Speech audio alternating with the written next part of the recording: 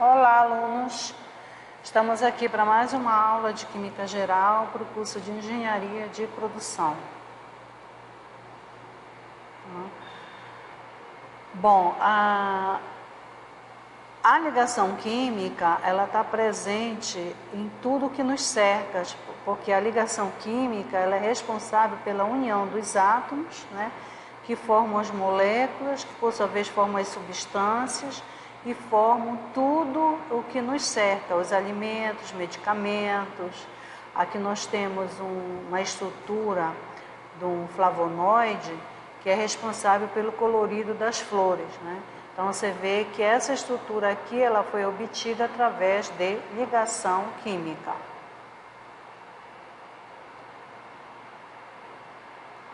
Bom, então como nós vimos, as ligações químicas elas se formam através da junção de átomos. Então, você pega um átomo, quando você vai fazer a junção com outro átomo, você usa para isso a ligação química, né?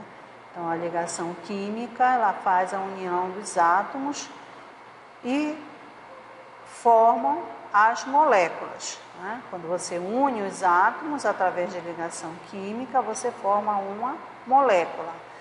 Essa molécula vai se juntar a uma outra molécula através de uma força intermolecular, né, chamada, nesse caso aí, de ligação hidrogênio. Essa força intermolecular, ela é uma força entre as moléculas formadas, né?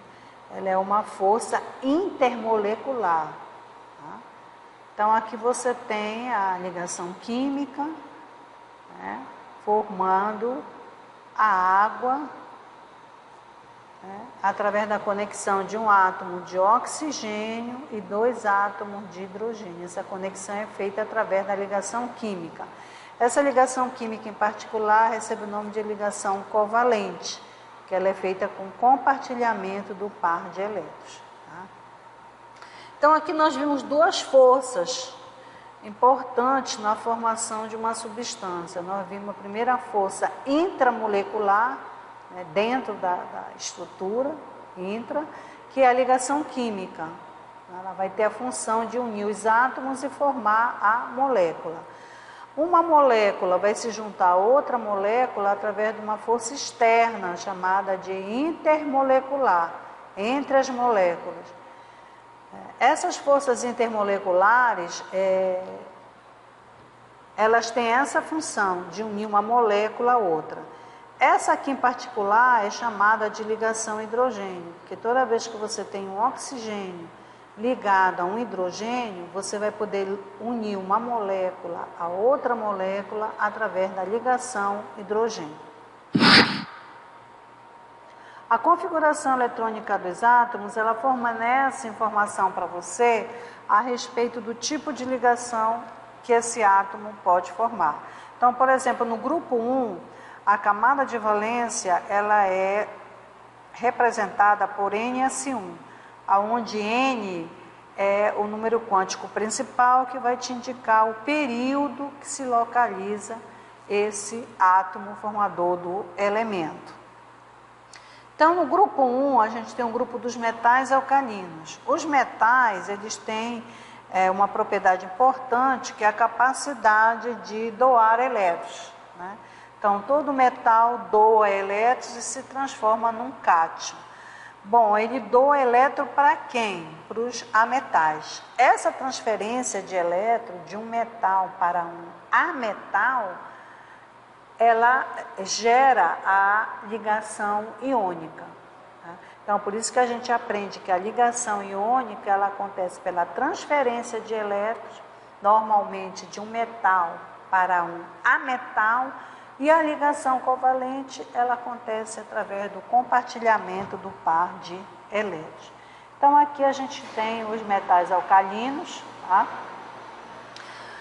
O outro grupo, que é o grupo 2, tá?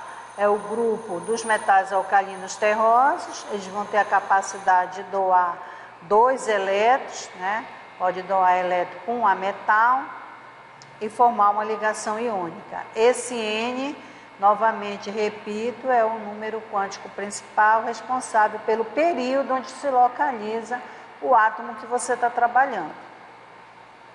Depois você tem o grupo 13, com 3 elétrons na camada de valência. Nós estamos olhando aqui, gente, nesse momento, a camada de valência de todos os elementos representativos. Então, agora a gente foi para o grupo 13, porque entre o grupo 3 até o grupo 12 os elementos de transição. Então, grupo 1 e grupo 2, metal alcalino, alcalino terroso. Aí, do grupo 3 ao grupo 12, são os metais de transição.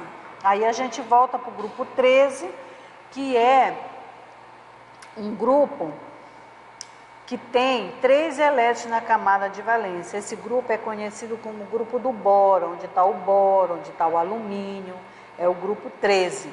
Tá? Então, ele tem 3 elétrons na camada de valência. Depois a gente vem para o grupo 14. O grupo 14, ele tem 4 elétrons na camada de valência e é chamado de grupo do carbono. Tá? Depois nós temos o grupo 15, com 5 elétrons na camada de valência. Tá? Esse grupo 15 é o grupo do nitrogênio.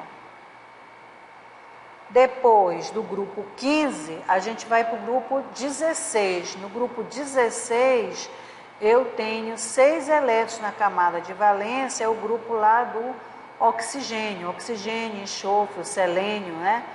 Então, é chamado grupo dos calcogênios. E para finalizar, a gente tem o grupo 17, que é o grupo dos halogênios. Eles têm 7 elétrons na camada de valência. É o grupo dos halogênios. Então, a ligação iônica, que vai acontecer pela transferência de elétrons, você pode fazer entre os metais alcalinos terrosos e o grupo dos calcogênios. Você pode fazer ligação química e também com o grupo 17, que é o grupo dos halogênios. Porque eu posso ter a possibilidade de transferir elétron de um metal alcalino para um halogênio. Né? Eu posso ter a possibilidade de transferir elétrons do metal alcalino terroso para um calcogênio, né? Oxigênio, por exemplo. Então, essa ligação que acontece com transferência de elétron é a ligação iônica. Tá? A formação de uma ligação química, ela vai gerar um decréscimo de energia do sistema. Né? Por que vai gerar um decréscimo? Porque ela vai acontecer com liberação de energia. Então, você tem um átomo. Quando você vai juntar outro átomo através de ligação química, né, no caso aí nós mostramos a molécula do H2, do gás hidrogênio, você tem a liberação de energia do sistema. Para explicar essa natureza, né, da ligação, tanto Coase como Lyons postularam que as ligações químicas vão acontecer de 2 formas, ou pela transferência de elétrons ou pelo compartilhamento de elétrons. A ligação que ocorre com a transferência de elétrons é chamada de iônica, e a ligação que ocorre com compartilhamento de elétrons é chamada de ligação covalente. Então, nós temos aqui um átomo. Então, você vê aqui que ele está liberando, transferindo, né? Ele está transferindo um elétron, então é um metal, né? O metal é que tem essa capacidade de transferir elétron.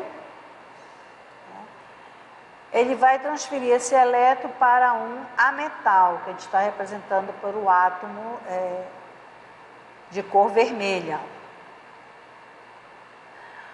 O primeiro átomo que transferiu esse elétron é o sódio, ele é do grupo 1, né? É o sódio, o lítio, o potássio, são todos do grupo 1. Todo mundo do grupo 1, que é um metal alcalino, sempre vai transferir um elétron. E esse que está recebendo elétron é o bromo. O bromo ele é do grupo 17, ele é um halogênio do grupo 17, ele é um ametal, por isso ele tem a capacidade de receber um elétron. Então aqui você vê que eu tive a transferência de elétron de um metal para um ametal, tá? E formei um sal inorgânico chamado brometo de sódio. A outra possibilidade, em vez de eu transferir elétrons, eu vou agora compartilhar elétrons. Tá? Então, eu peguei 2 átomos e compartilhei um par de elétrons. Esse compartilhamento do par de elétrons dá origem à ligação covalente. Tá? Então, aqui a gente fez uma ligação covalente para unir 2 átomos de cloro, através do compartilhamento do par de elétrons. Então, essa ligação que transfere elétron é chamada de única e a que compartilha elétron é chamada de covalente. Bom, agora por que esses átomos têm tendência de doar elétrons, né? Outros recebem elétrons, que é o caso dos metais, transferindo elétrons para metais. Qual é a finalidade disso? A finalidade é que o átomo se torne nessa função de doar elétron ou de receber elétron, esse átomo vai se tornar um isoeletrônico de um gás nobre, ou seja, ele vai ficar, a partir do momento que ele doar um elétron, a configuração eletrônica dele vai ficar exatamente igual a de um gás nobre. Ou seja, ele vai ficar com 8 elétrons na camada de valência. Esse 8 elétrons na camada de valência é que deu o nome de regra de octeto. Ele vai ficar com uma distribuição eletrônica, repito, semelhante à de um gás nobre. Então, a estabilidade dos gases nobres é garantida pela presença sempre de 8 elétrons na camada de valência. Então, nós temos uma tabela aqui, ó, com todos os gases nobres, o hélio, com 2 elétrons, que esses são, o neônio com 10, olha, tudo com 8 elétrons na camada de valência, que é a última camada. Então, aqui você tem o neônio, o argônio, o criptônio, o xenônio e o radônio. Tá? Então, quando eu doar elétron de um metal, ele doa elétron e vai ficar com 8 elétrons na camada de valência. Ele vai ficar com uma configuração eletrônica semelhante à de um gás nobre. Por exemplo, o sódio ele tem 11 elétrons. Quando ele doa um elétron, né, ele fica com 10. Ficando com 10, ele vai ficar com a configuração eletrônica do neônio. Tá? Então, a ligação iônica. Então, o octeto dos átomos envolvidos é formado através da transferência de elétrons. Então, nós temos aqui o átomo, né? Esse átomo que a gente vai trabalhar, ele tem 1, 2, 3 níveis quânticos, N igual a 1, N igual a 2, N igual a 3. Então, esse átomo, como tem 3 níveis quânticos, ele está onde? No terceiro período, tá? Que ele tem 3 níveis quânticos. Então, ele está no terceiro período. E agora eu vou distribuir os elétrons. Por exemplo, no nível quântico N igual a 1, eu posso ter 2 elétrons. Tá? No nível quântico N igual a 2, eu posso ter 8 elétrons. Então, 8 e 2, 10. E como eu quero 11 elétrons, né, que eu estou trabalhando com sódio, eu vou ter no nível quântico N igual a 3 um elétron. Então, vê bem, quando o sódio doar esse elétron, ele vai ficar com 10 elétrons, né, semelhante ao neônio e com 8 elétrons na camada de valência. Tá? Então, agora ele vai doar um elétron. Vai doar um elétron para quem? Para um ametal, né? Esse ametal, ele tem um nível quântico N igual a 1, com 2 elétrons. Ele tem um nível quântico N igual a 2, com 8 elétrons. E ele tem o nível quântico N igual a 3 com 7 elétrons. Então, ele tem 17 elétrons, né? Então, se trata de quem? Do cloro, né? O cloro é que tem Z igual a 17, né? O número de elétrons é igual ao número de prótons. Então, quando o sódio doar 1 elétron para o cloro, o que vai acontecer? O sódio vai ficar com 10 elétrons, semelhante ao neônio, e o cloro, quando receber esse elétron, ele vai ficar com 18 elétrons, semelhante ao argônio. Então, todos dois vão ficar semelhantes a um gás nobre, vão adquirir a estabilidade de um gás nobre. E aí você forma o cloreto de sódio. Então, aqui o metal é um isoeletrônico do neônio, pelo fato de ele ter doado 1 elétron. E o ametal vai ser um isoeletrônico do argônio, pelo fato de ter recebido 1 elétron e ficado com 18 elétrons. Tá? E aí você forma o cloreto de sódio. Tá? Bom, então nós vimos que a ligação química entre os metais alcalinos, que tem 1 elétron na camada de valência, e os halogênios, que tem 7 elétrons na camada de valência, será sempre iônica, porque está acontecendo a transferência de elétrons, de um metal para um ametal, com o objetivo de completar o octeto da camada de valência, né? Então, você vai ter um octeto na camada de valência do ametal e vai ter um octeto na camada de valência do metal. Tanto o metal como o ametal vão se tornar isoeletrônicos de um gás nobre. Bom, agora, qual é a energia necessária, né, para que você retire um elétron do átomo? Você vai estar realizando um trabalho. O trabalho é energia. Essa energia necessária para você tirar um elétron da camada de valência de um metal é chamada de energia de ionização, tá? Então, por definição, ela é a energia necessária para remover elétron do átomo no estado gasoso, transformando esse átomo num cátion monopositivo gasoso. Então, aqui você tem o átomo, ele vai transferir elétron através da energia de ionização, tá? Ele transfere se for um metal alcalino, ele vai transferir um elétron. Né? Então, esse elétron é transferido para onde? Para um ametal, né?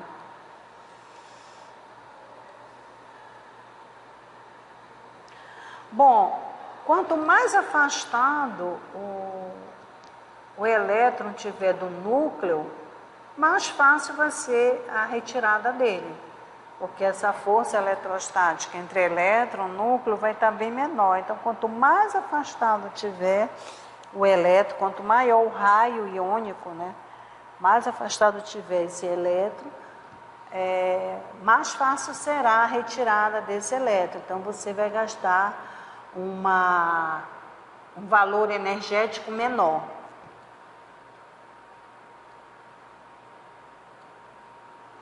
Bom, e o que seria a eletroafinidade? A eletroafinidade é a energia envolvida quando o ametal recebe o elétron, né? A energia liberada quando aquele metal recebe o elétron. Então, você tem a chamada eletroafinidade, né?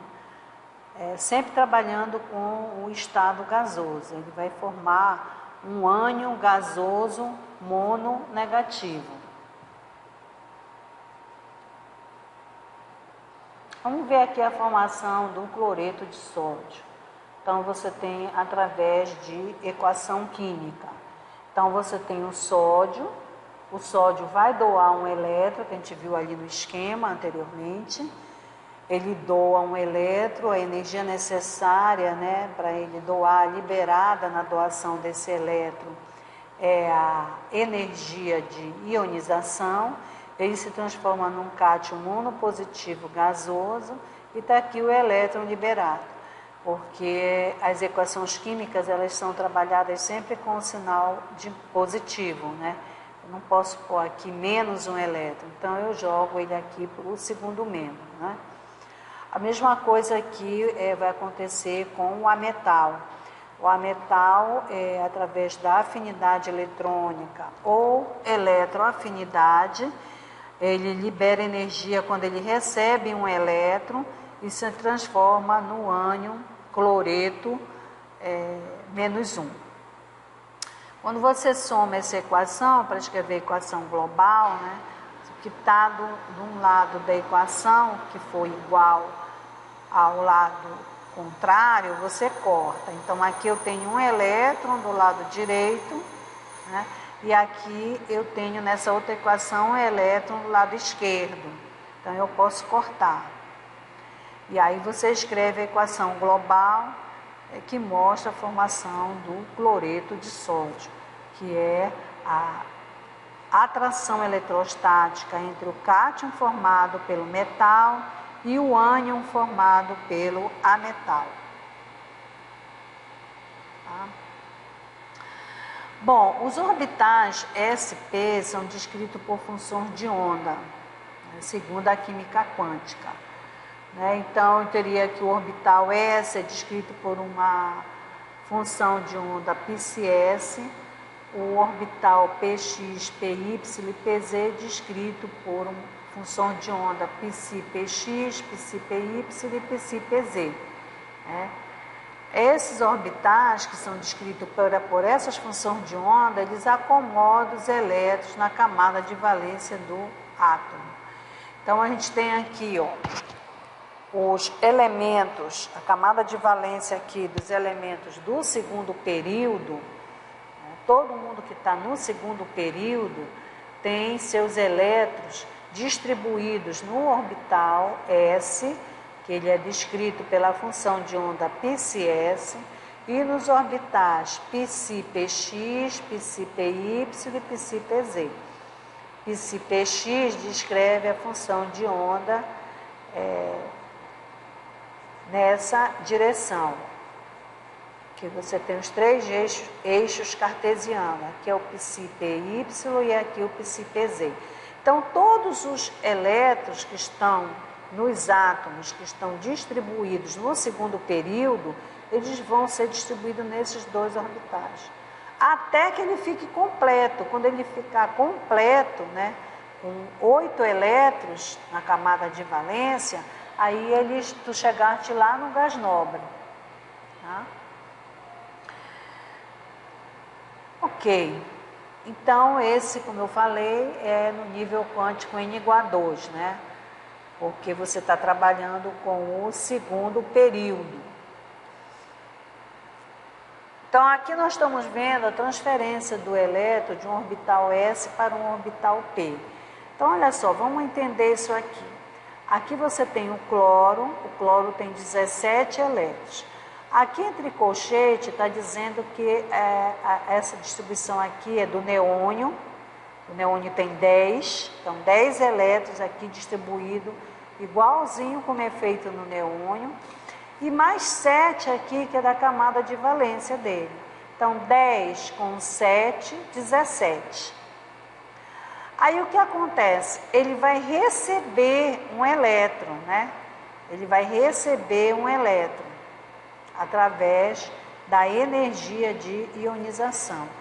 Então, o sódio, ele tem uma distribuição eletrônica semelhante aqui à do neônio, mas quando ele doar esse um elétron para cá, ele vai ficar na função de cátion. Ele doou um elétron para cá. Então, ele ficou aqui na função de cátion com uma distribuição eletrônica igualzinha à do neônio, porque ele tinha, olha, 10 com 11, Como ele liberou um elétron para o ametal, transferiu, né, um elétron para o ametal, ele ficou com 10. Então, uma configuração eletrônica igual a do neônio. E virou um cátion. Por outro lado, esse elétron chegou e entrou aqui no orbital da camada de valência do ametal. Então, eu tinha 10 com 7, 17, com mais um que chegou, 18. Então, o cloro, quando recebeu um elétron, ele ficou com a distribuição eletrônica do argônio, tá?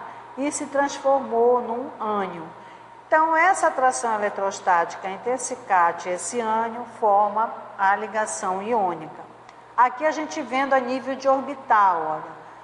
O cloro, né, a distribuição do neônio, 10 elétrons, e eu tenho 7 distribuído no orbital S, que eu não estou trabalhando com ele, então nem desenhei, e o P, que é o que vai receber elétron. Ele tem 5 elétrons, vai receber mais um do sódio, vai ficar com 6 elétrons.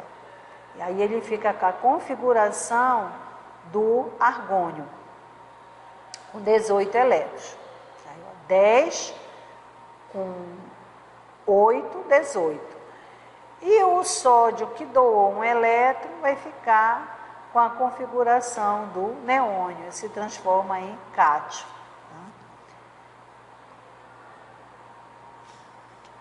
Então, agora nós vamos mostrar a formação da ligação iônica entre o cálcio, que é um metal alcalino terroso, e o halogênio cloro, né? Então, está aqui o cálcio, né? O cálcio, ele tem 2 elétrons na camada de valência. Tá? Ele é um 4s2, né? Faltou um 2 aqui. Eu acho que não está representando 2, porque ele já está aqui no orbital. Então, ele está no 4º período, né? Esse orbital S é descrito pela função de onda π4s e ele acomoda 2 elétrons, que podem ser transferidos.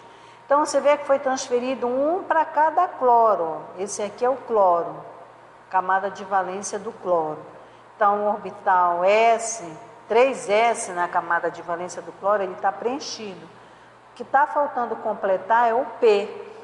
Então, quando é transferido um elétron para cá, aqui fica P6 e o cloro fica um ânion, né? Aí eu vou transferir o outro elétron do cálcio para o outro cloro, porque o cálcio tem 2 elétrons para serem transferidos. Então, tem que ser um elétron para cada cloro. Agora vai o segundo elétron do cálcio transferido para o orbital P, semi-preenchido da camada de valência do cloro. E aí você forma o cloreto de cálcio, né?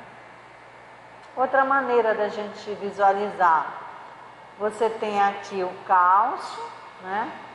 2 elétrons na camada de valência, aí você transfere através da energia de ionização o cloro, que tem 7 e fica com 8. Aqui você transfere outro elétron do cálcio, o cloro, que tinha 7, agora fica com 8.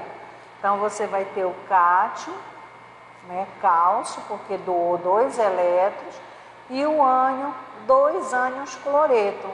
Esse aqui recebeu um elétron, esse outro recebeu um elétron, formando o cloreto de cálcio. Ligação covalente. Então, nós vamos ver a teoria da ligação de valência. O que é a teoria da ligação de valência? A teoria da ligação de valência, ela diz que esses elétrons são compartilhados através da sobreposição de orbital. Essa teoria da ligação de valência, ela não explica o caráter iônico da ligação covalente, né? Nessa teoria da ligação covalente, nessa teoria da ligação de valência, como se o par de elétrons tivesse compartilhado simetricamente entre os 2 núcleos dos átomos envolvidos. Então, nós temos aqui como exemplo o cloro. O cloro, ele tem 7 elétrons na camada de valência, porque ele é do grupo 17. Então, 6, tá? 6 elétrons e 7. Tá?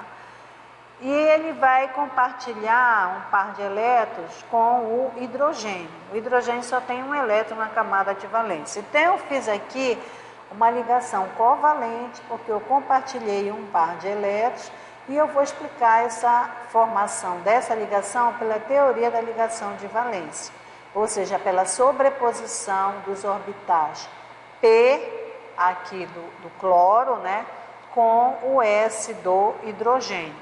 Então, você tem aqui o orbital P, ele tem 2 lóbulos, né,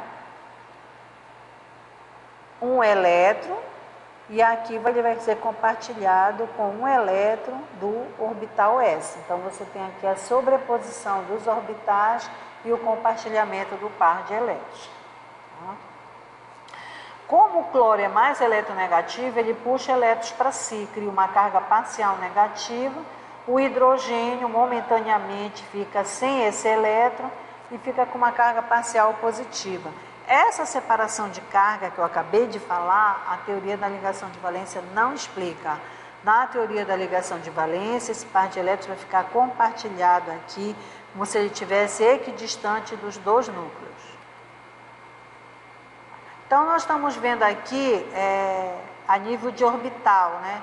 Então, você tem aqui a camada de valência do cloro, orbital S descrito pela função de onda Psi3S, o orbital P descrito pela função de onda Psi3P, no caso vai ter o Px, o Py e o Pz. Ok.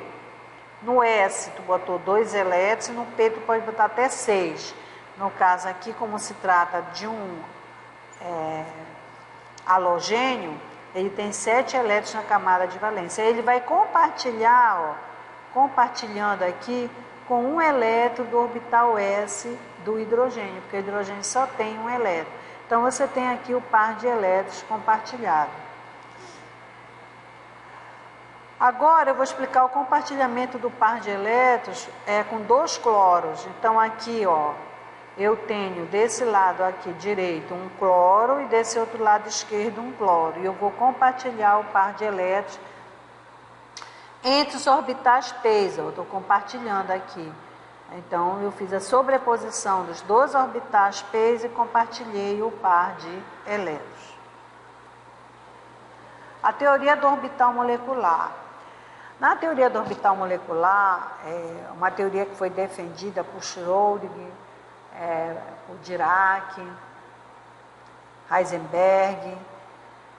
Esse pessoal contribuiu para essa teoria do orbital molecular. Nessa teoria, o elétron se comporta como uma onda eletromagnética. Então, está aqui o comportamento, né, do elétron como uma onda eletromagnética. Né? O elétron ele vai sempre ocupar um orbital descrito pela função de onda Psi, aonde essa parte daqui vai ter uma amplitude positiva. Então, o teu orbital representado por uma função de onda, ele vai ter um sinal positivo. Aqui ele tem um sinal nulo, porque você não encontra o elétron aqui, não há possibilidade de se encontrar o elétron aqui, mas há possibilidade de se encontrar ele aqui numa amplitude negativa, né? Então, dependendo da função de onda que descreve o teu orbital, tu vais ter um sinal positivo ou negativo, né? Por exemplo, se você estiver trabalhando com um orbital S, né, então ele pode gerar, a função de onda dele pode ser representada por uma amplitude positiva ou por uma amplitude negativa. Se tu estiver trabalhando com o orbital P, né, que são os 2 lóbulos, então um vai estar na amplitude positiva e o outro na amplitude negativa. Tá? O deslocamento para cima e para baixo corresponde à fase da onda, né? Então, esse deslocamento que você tem aqui, ó, para cima e para baixo, chama fase da onda. Tá? Quando você combina 2 ondas de mesma fase, ou seja, fase positiva com fase positiva, fase negativa com fase negativa, você diz que você está diante de uma interferência construtiva, porque você vai ter aumento de amplitude, né? Porque tu vai estar aumentando a amplitude aqui, porque tu vai estar sobrepondo 2 amplitudes de mesmo sinal. Aqui também tu vai ter um aumento de amplitude, que tu vai estar sobrepondo duas amplitudes, fazendo a sobreposição de amplitudes de mesmo sinal. Então, há um aumento da amplitude. Quando isso ocorre, a gente diz que tem uma interferência construtiva da função de onda.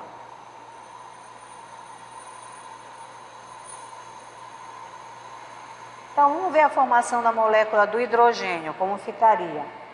Então, vamos formar uma ligação sigma, né? Então, na formação da molécula do hidrogênio, você vai poder usar dois orbitais, né, com o mesmo sinal de fase, ou você pode também usar dois orbitais com sinal de fase contrária, diferente, né? Por que eu tenho que fazer isso? Porque eu posso formar uma amplitude, eu posso combinar, né? Essas funções de onda, elas podem formar uma interferência construtiva, que é como se eu tivesse uma sobre a outra, aumentando a amplitude, e posso formar uma interferência destrutiva. Quando eu formo a destrutiva, eu não tenho mais uma sobre a outra, é como se eu tivesse uma do lado da outra. Então, eu tenho um aumento no número de nodos, tendo um aumento de energia. Então, vamos ver aqui, ó. Então, aqui eu vou ter uma interferência construtiva dos orbitais atômicos, porque eu vou ter amplitudes de mesmo sinal. Tá? Então, eu formo um orbital molecular ligante sigma. Então, é uma interferência construtiva, ela sempre tem menor energia, porque o que faz aumentar a energia é o aumento do número de nodos. Tá? Então, os orbitais atômicos estão com o mesmo sinal de fase. Então, interferência construtiva dos orbitais atômicos. Formei a ligação sigma. E a interferência destrutiva dos orbitais atômicos, eu ponho com sinais de fase diferentes. Aqui é positivo e aqui é negativo. Então, eu vou ter uma amplitude positiva, um nodo e uma amplitude negativa. Então, aqui eu tenho a criação de um nodo, uma região onde não há possibilidade de você encontrar o elétron. E o orbital molecular que eu formo é o sigma asterístico, que vai ficar vazio. Tá? Então, toda vez que eu formo uma ligação sigma, eu faço a sigma e a sigma asterística, porque o elétron vai ser descrito por uma função de onda. Quando eu compartilhar essas duas funções de ondas, eu vou gerar uma interferência construtiva, que é quando eu junto as amplitudes de mesmo sinal, né, e formo a ligação sigma, de baixa energia. E eu posso formar uma interferência destrutiva, que eu vou juntar as funções de onda com amplitude de sinais diferentes, né? E aí eu vou gerar nodo. Como eu gero um nodo, eu vou ter uma interferência destrutiva de maior energia, e o orbital a gente chama de molecular antiligante sigma asterístico, e ele fica vazio. Agora vamos ver na ligação π, ó. Lembra, o orbital P ele tem duas fases de onda, tem essa com amplitude positiva e esse com amplitude negativa. Então, se eu juntar dois sinais de mesma fase, tá, eu tenho a formação do orbital molecular ligante π, porque eu evitei a criação de nódo. Mas se eu juntar sinais de fases diferentes, eu já vou fazer uma interferência destrutiva. E aí eu vou ter o π asterístico, ele vai ficar vazio. Tá? Então, toda vez que eu compartilhar o par de elétrons, eu vou ter interferência construtiva e destrutiva. A interferência construtiva vai formar a ligação, pode ser sigma ou π. A interferência destrutiva vai formar o orbital molecular sigma asterístico e π asterístico, que aparece vazio, porque ele tem alta energia. Tá aqui, ó, fora de fase. Aí eu formo um orbital molecular antiligante π asterístico, eu criei um nodo, né? Cada fases aqui, sinais diferentes, tu vai criar nodo. Aí aumenta a energia e esse orbital molecular antiligante fica vazio.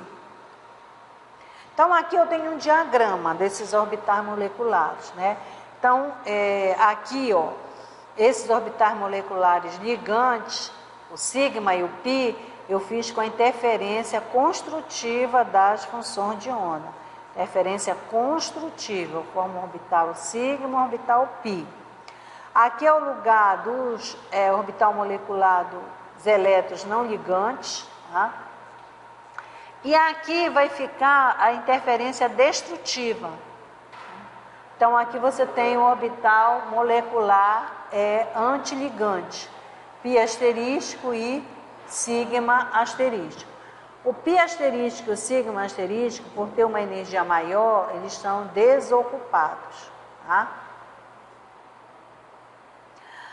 Aí tem o seguinte, os químicos costumam dizer que o orbital desocupado de menor energia é chamado de LUMO, desocupado de menor energia. No nosso caso aqui seria o pi asterístico, né? O pi asterístico, ele é chamado de LUMO, que é a sigla do inglês.